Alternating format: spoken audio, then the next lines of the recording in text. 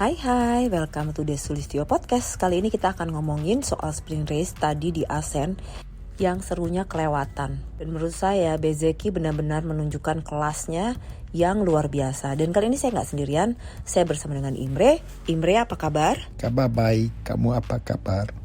Kabar saya baik, terima kasih. Okay, now we will talk about Tissot Sprint in Assen. That was very spectacular, the performance of Marco Bezzecchi. How do you explain the good performance of Marco Bezzecchi here in Assen? Marco Bezzecchi admitted that Assen is one of his favorite tracks because these fast flowing corners, this is what suits his style. He already pushed Pecco Bagnaia last year, and now he could really unleash his potential. He made a new track record qualifying on pole position, and although he was too focused to close the line for Pecco at the start, and so both Pecco and Brad Binder could pass him in turn 1, he repassed them and already had a pace in the second lap that nobody could follow. Later, Bagnaia could more or less go his pace, but as he already opened a gap at the beginning, he could control the race from the front. Bagnaia tried very hard at the end of the race, but then he realized that his tire starts to drop. Then he just let Bezzecchi go by the end. Oke, jadi walaupun Marco Bezzecchi sempat membuat kesalahan di awal-awal, sempat dibalap oleh Pecco dan Brad Binder, tapi karena memang dia memiliki pace yang baik sehingga dia mampu menyusul kembali Pecco dan Brad Binder dan juga membuat gap sehingga dia bisa melesat ke depan dan jadi pemenang di Tissot Sprint ini. Sekarang kita akan tanyain soal Brad Binder yang akhirnya mendapatkan penalti 3 detik sehingga dia tadinya posisi ketiga menjadi posisi kelima dan Fabio Quartararo naik di posisi 3. Dan juga bikin Alex Espargaro naik ke posisi 4. As we know, Fabio Quartararo get third position after Brad Binder get 3 second penalty. And Fabio was sorry for Brad Binder because he ever have the same situation in Misano 3 years ago when he lose the podium. In the same way, how do you explain Fabio could be so strong in this circuit? And what Brad Binder said about this? So Brad actually said that he was completely surprised because first of all he got a track limit warning, but he didn't see it because he was so focused on riding, and he was surprised by the end. He didn't understand what happened. He thought that maybe somebody crashed because of him in the first lap or whatever, until they showed him on TV that he has exceeded track limits like 3 times. He was not the only one. They also showed a track limit warning to Fabio Quartararo, but Fabio saw it, so he was focusing on not exceeding the track limit.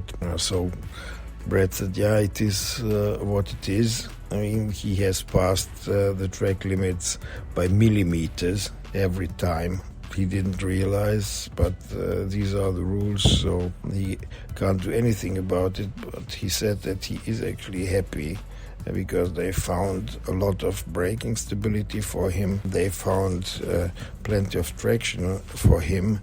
He still had problems following Pecco and Marco out of turn 5 and out of the final chicane. Because there he said if they find some more traction for tomorrow, then he could go with these guys and he could even go for the victory. And how about Fabio Quartararo? It's because the bike gets some improve, or it's just because the track is suited to him and to the bike?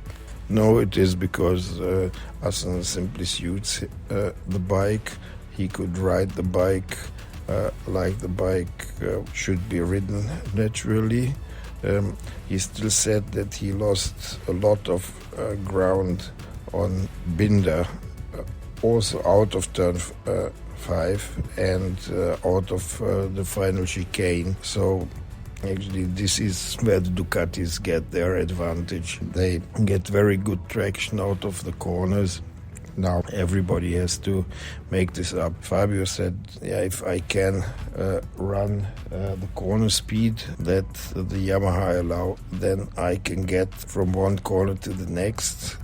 But if there is somebody in my way, I have to close the throttle and I cannot use all the corner speed. And I start accelerating from a lower speed. Then the bike starts wheeling and I lose time. So this is why the Yamaha has so severe problems keeping up with the Ducatis, the KTMs and the Aprilias.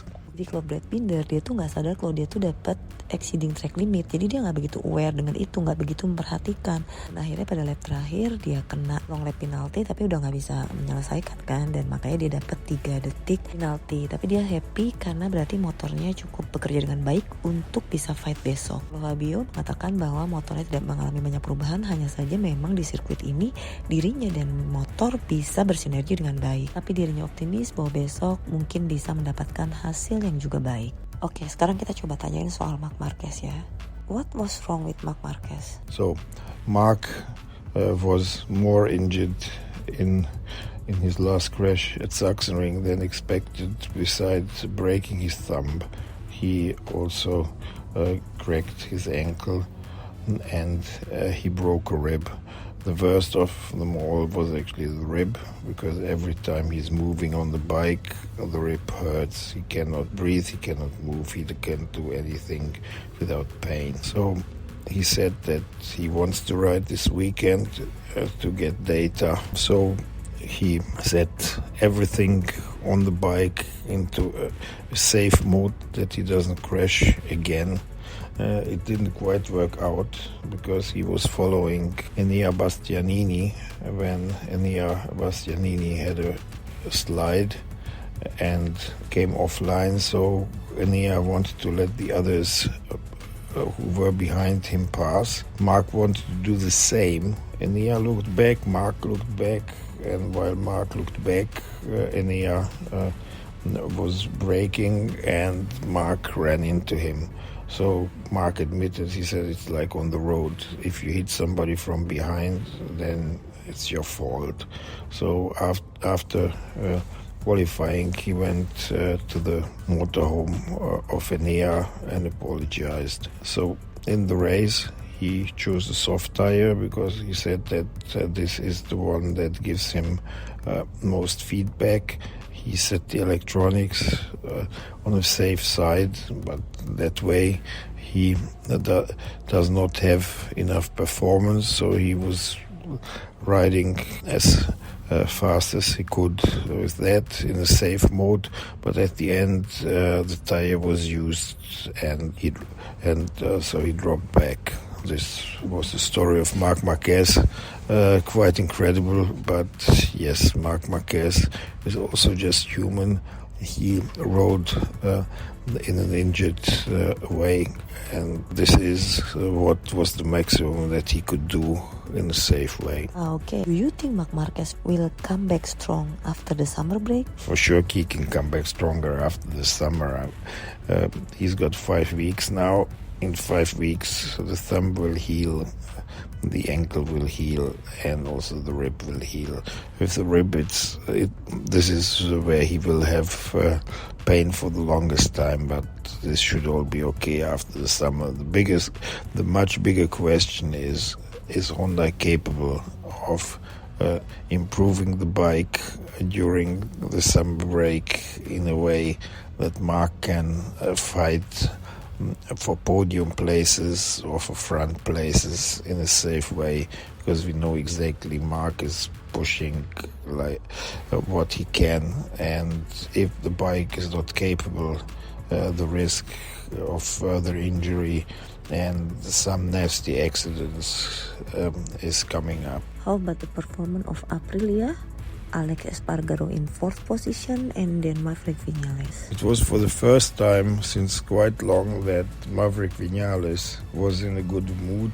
He was very happy and said that if he can go like this tomorrow and can do a lot of passes in the early part of the race, then he could do a real good result, because when he could pass bikes and he had free air, then he could go the same speed like top two guys. So if he hopes that he can do the same tomorrow and get on the podium. Okay, thank you Imre for your explanation. Hope we can talk again tomorrow after the race. Terima kasih. Terima kasih, sampai jumpa lagi.